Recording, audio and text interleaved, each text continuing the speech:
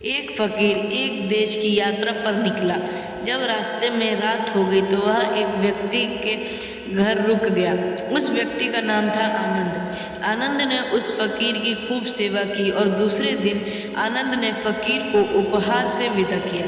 वह फकीर आनंद की सेवा से बहुत खुश हो गया और दुआएं देने लगा कि हे भगवान, आनंद को हमेशा खुश रखना और वह हमेशा दिन प्रतिदिन आगे बढ़ता ही रहे। इस बात पर आनंद हंसने लगा और फकीर से आनंद बोला, हे फकीर, जो है वह भी अब नहीं रहने वाला। इस बात पर फकीर आनंद की तरफ देखता ही रहा और वहां से आगे चल गया।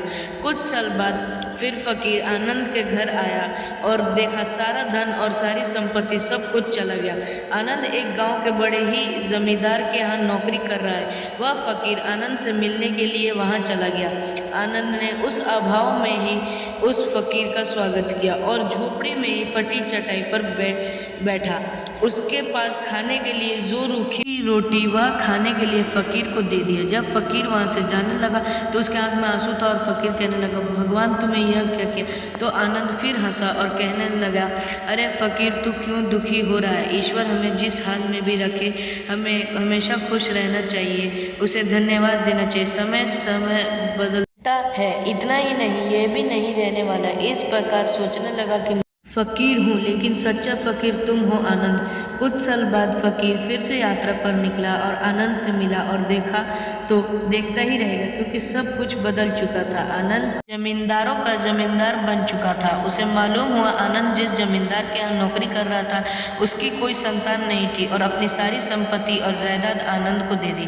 फकीर बहुत खुश हो गया और आनंद से कहा, अच्छा हुआ वह जमाना गुजर गया, भगवान करे अब तुम ऐसा ही बना रहो। यह सुनकर आनंद फिर हंसने लगा और कहने लगा, फकीर, अभी भी तेरी नादानी बनी हुई है। फकीर ने फिर आनंद से पूछा, क्या यह भी नहीं रहने वाला? तो आनंद ने उत्तर दिया, हाँ, यह तो चला जाएगा या फिर इसको अपना मानने वाला ही चला जाएगा।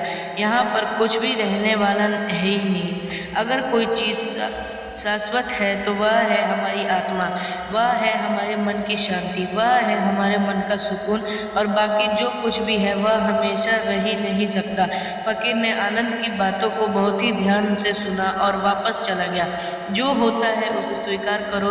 कुछ सालों के बाद फिर फकीर जब उस गांव से गुजरा तो आनंद का महल तो है लेकिन उसमें आनंद ही नहीं है। उसमें कबूतर गुटर गु कर रहे हैं। आनंद अब इस दुनिया में नहीं रहा, उसकी मृत्यु हो चुकी थी। वह फकीर मन ही मन सोचने लगा कि यह एक इंसान जिंदगी भर कितना दौड़ता रहा और रोता रहता है, दुखी होता रहता है। जिन चीज़ों के लिए इंसान तड़पता रहता है, दुखी होता रहता है, वास्तव में वह चीज़ हमेशा रहने वाली है ही नहीं।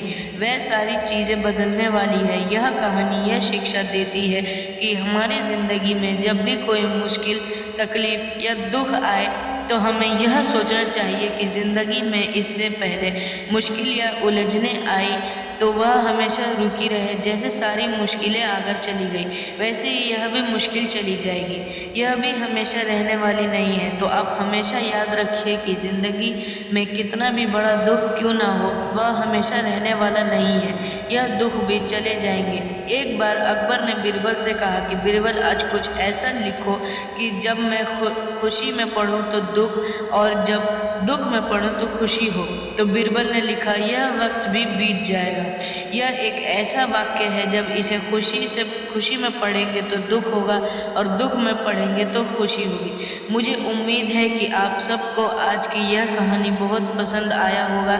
यदि पसंद आया तो कृपया आप इस कहानी को सबके साथ में शेयर ज़रूर करें।